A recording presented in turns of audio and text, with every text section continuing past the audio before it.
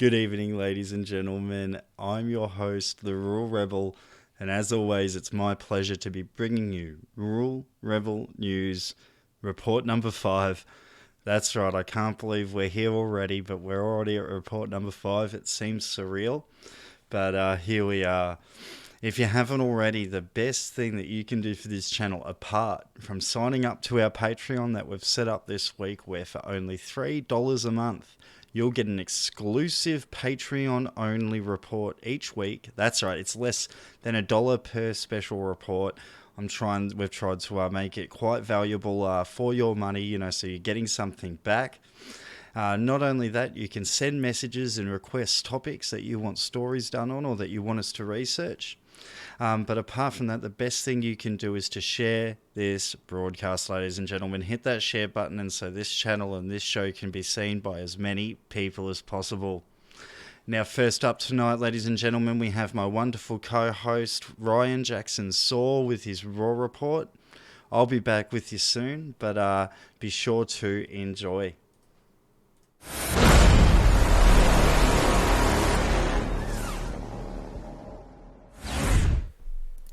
Hello, welcome to another episode of the Rural Rebel News. I'm your co-host Ryan Jackson-Saw, and this is my segment, the Raw Report. We have quite a few stories for you today. The first story, an energy crisis in Queensland, the sun tax. Now, power companies are soon going to be able to charge Australians with rooftop solar panels for exporting electricity onto the grid during peak times. These are new rules in being introduced, proposed to be approved by the Queensland government. Now it's a good time to raise your voice about this one. They are looking to impose this on about 870,000 Queenslanders who are completely reliant currently on solar. All their rooftops have solar, as well as businesses. And that's about 1 in 4 homes. Now by 2025, that's going to be about 50%. They're currently estimating at the rate of installation.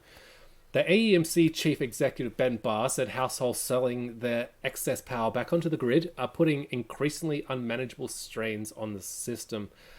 Now this system was not set up to be a two-way system. This system was set up for coal power. Coal power, which is very, very consistent, very, very thorough, so day and night, without much in the way of interruptions. Solar power, however, is designed so it peaks during the day and drops off to basically zero at night. So you can't charge your electric cars at nighttime with solar power. So in order to make this new system work, they would need to basically install hundreds of billions of dollars of new infrastructure across the country. Now, of course, this is going to be very, very expensive. Combine that with the increasing gas prices, the increasing fuel prices as well, and the last closure of the coal power plant, which was backing up Queensland. That was only about a month and a half ago. So that's going to push up the prices of electricity quite a lot as well by 2025. So that's kind of a double hit on households. And it's not going to be very, very pretty. Obviously, inflation is already putting a huge strain on the cost of living in the country, as well as our debts have skyrocketed out of control. Now, this isn't going to come into effect until July 2025. So in July 2025, Mr. Barr, the head of the AMC, he has basically said that it's going to give networks time to work with the consumers, households, governments, and design the best package to suit individual states and territories.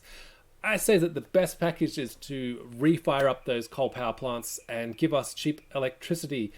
Coal would power this country for over 1,000 years, and we wouldn't have to deal with all these increased prices and infrastructure changes and everything. But as we know, carbon dioxide is the most terrible thing in the world, even though plants breathe it, even though we are made of it, even though it's vital to the infrastructure and life force of the planet.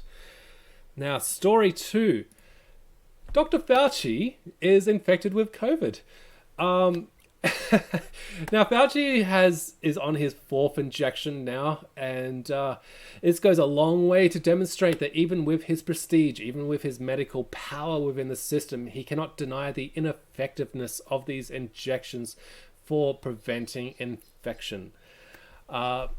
If you look at some global research, particularly the stuff coming out of Israel right now, it will show you a very different story to what we have been told.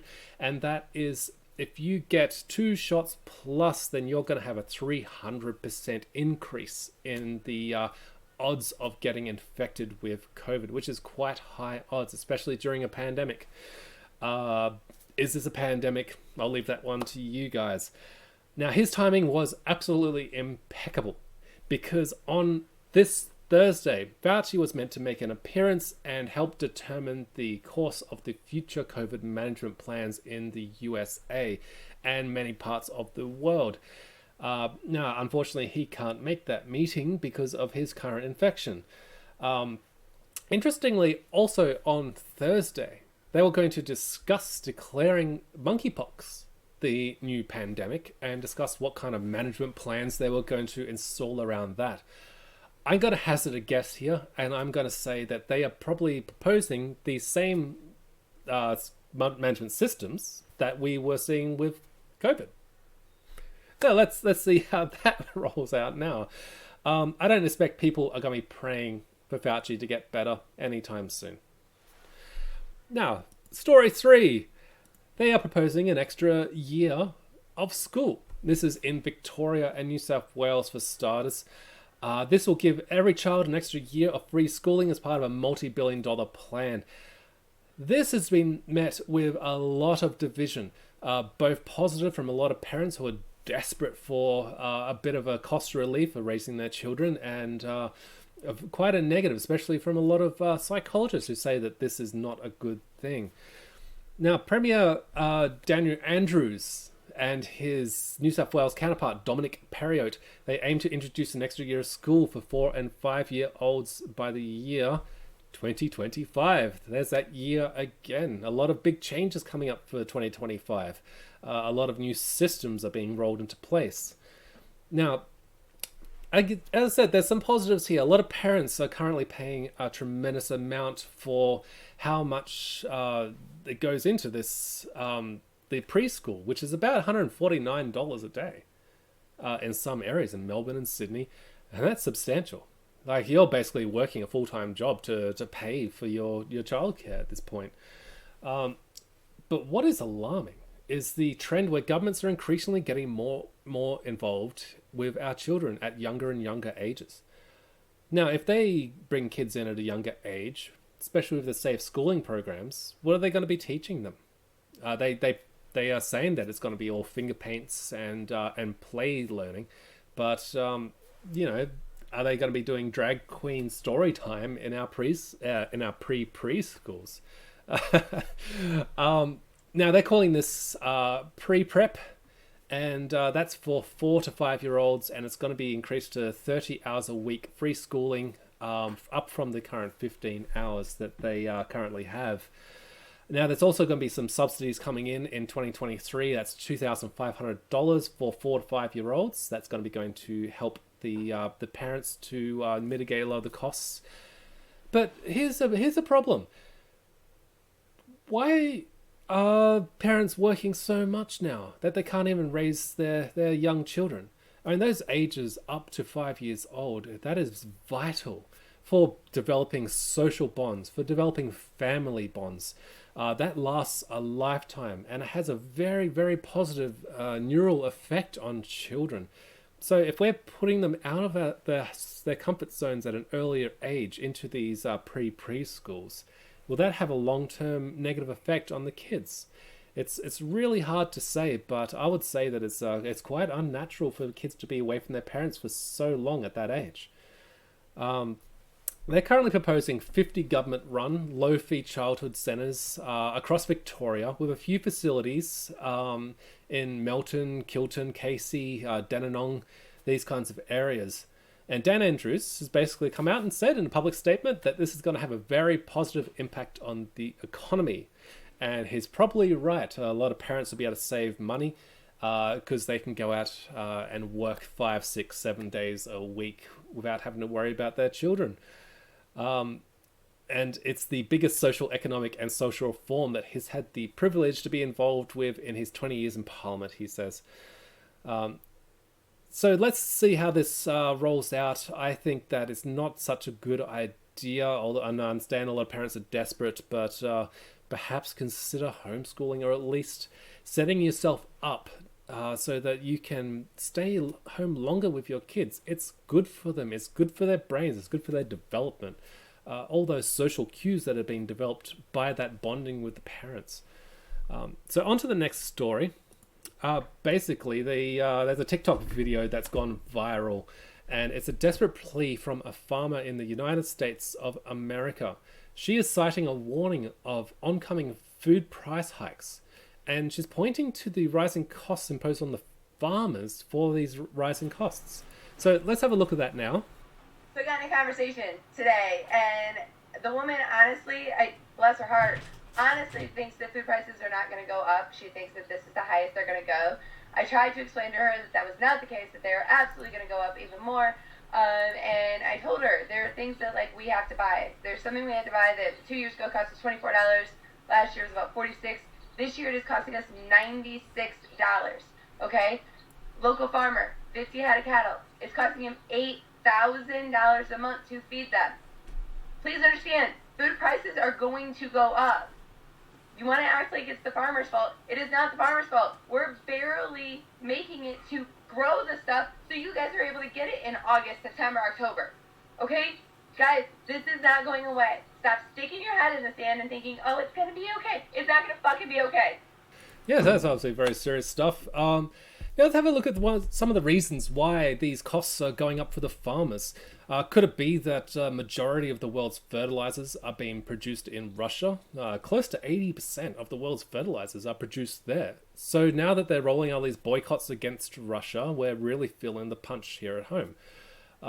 The cost of fertilizers are skyrocketing, and it is the big corporations that are able to secure it. It's very difficult for the independent farmers to actually get their hands on it. Now, as you know, without fertilizer, you really cannot grow crops because you need to rapidly replace the nutrients that the crops are drawing from the soil. Already we have a soil crisis in the world where nutrients have dropped dramatically in many parts of the commonly grown areas. There's only so much they can do without integrating more holistic farming principles, which obviously cost quite a lot of money. Combine that with the increased fuel costs that are already making it difficult for farmers, and a lot of the new taxes imposed on them, such as the meat taxes, which are coming up, and some parts of the world are installing it already, and the ridiculous changes with the green policies, like fencing off all the water from the cattle.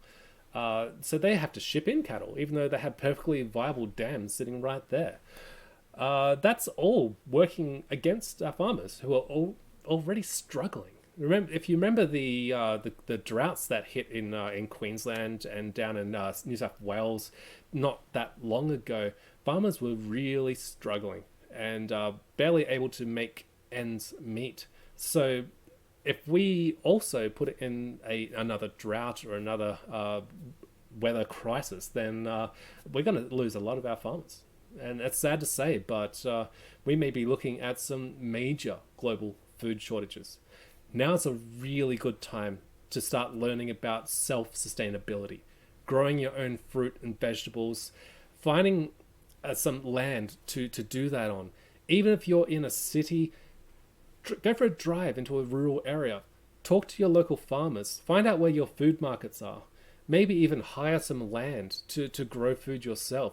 It may seem ridiculous now, but in 5 years' time, it may not seem so ridiculous. You may have actually saved your family's life. Anyway, this has been the episode 5 of the Rural Rebel News. I'm your host here, Ryan Jackson Saw, handing off now to Hank for his side of the story. Thank you for watching, and stay positive, Australia.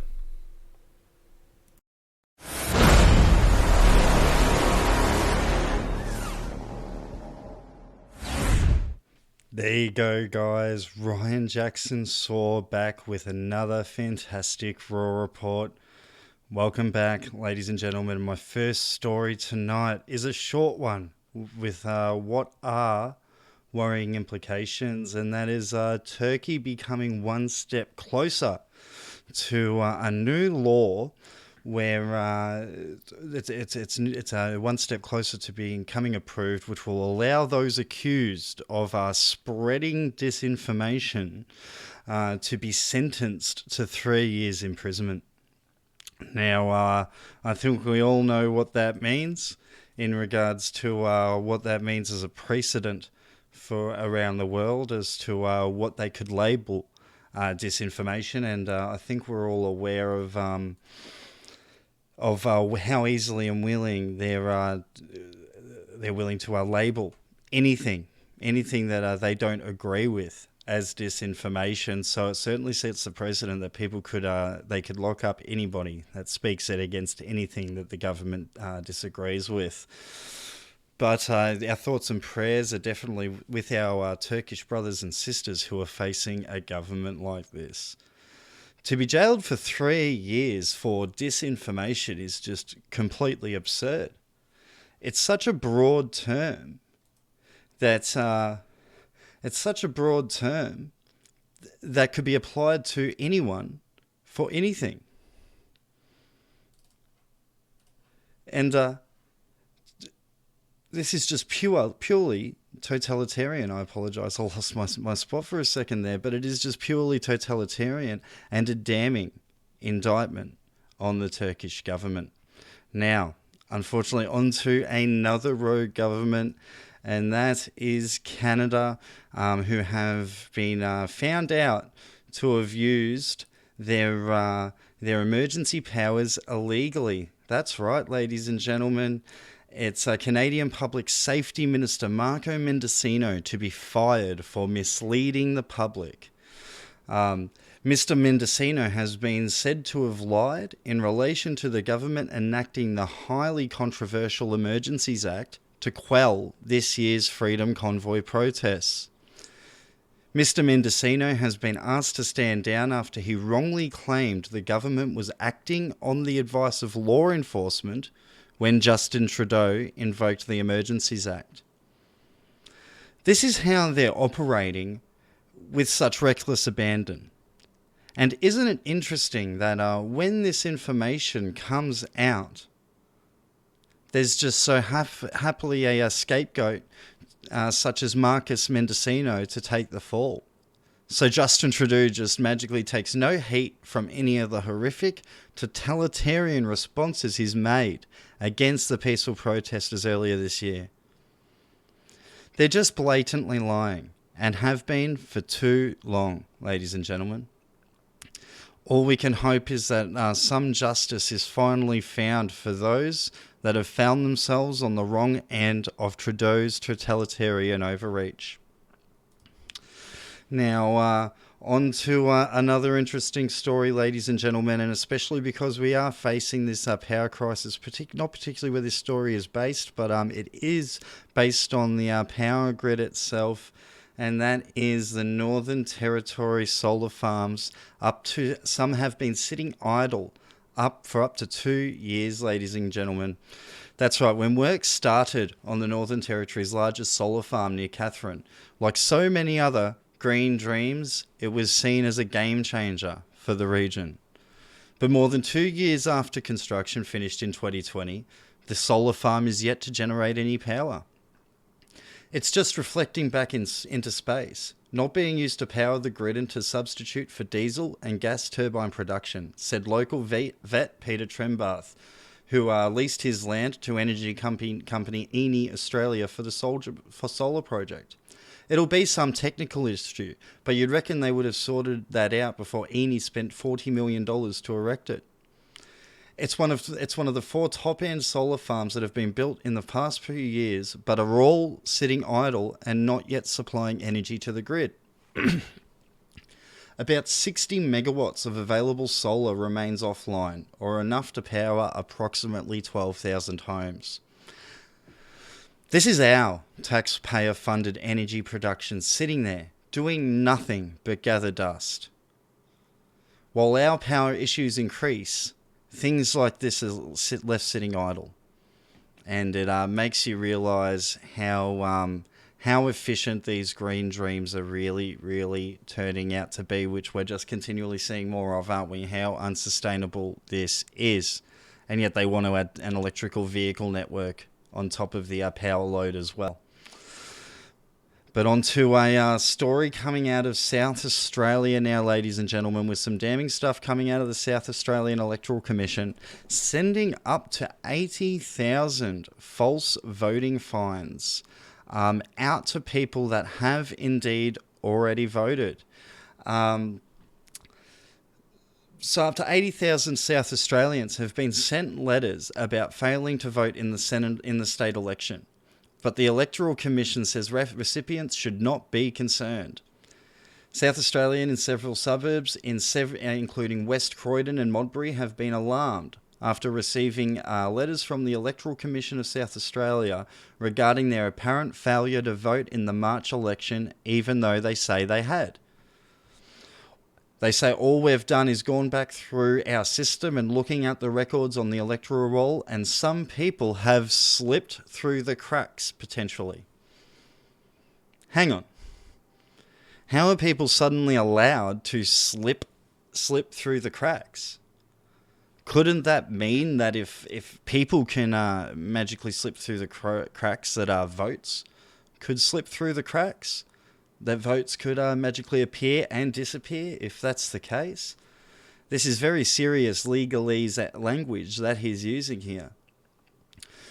Mr. Trevor Block stressed that every vote that was cast by South Australians was counted, even those that received the letter. But how can they be sure of that if he just stated people could slip through the cracks? It's very confusing and concerning indeed. Mr. Treblelock also said the letters could be generated from mistakes in people's names being checked off the electoral roll when they entered the polling booth. Some of these things just come down to human error in terms of people when they're being marked off with a QR code system and things like that, he said. But they're the Electoral Commission. Isn't it literally their only job to run an election and ensure that they're carried out to the highest standard? It's just incompetence in every electoral commission in the country, it seems. This is their one job, and they can't seem to do it successfully. And it's our votes, it's our democracy that they're playing these games with. But just finally, just a warning to those who may have received an infringement, that those that do not respond to the notice at all will receive the $102 penalty. So if you do get one of those, be sure to respond to that and get it sorted. Now on to our last story tonight, ladies and gentlemen, which is more insane policy coming out of the Andrews government, and that is Vic to continue vaccine mandates. That's right. It's absolute insanity at this point, but here we go. Victoria to continue mandates from July 1st.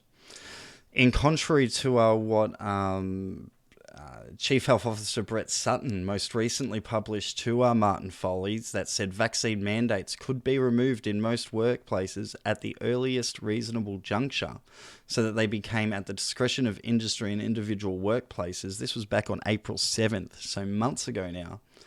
On Wednesday, he said Foley had not ignored his advice despite keeping the mandate. But what do you think, ladies and gentlemen? Dr. James Trower from Monash University was a little surprised vaccine requirements for workers remained.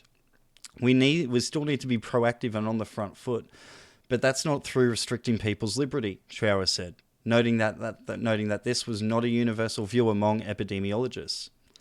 Opposition Health spokeswoman Georgie Crozier said some COVID-19 rules should not have been enforced in the first place, particularly masks for school children.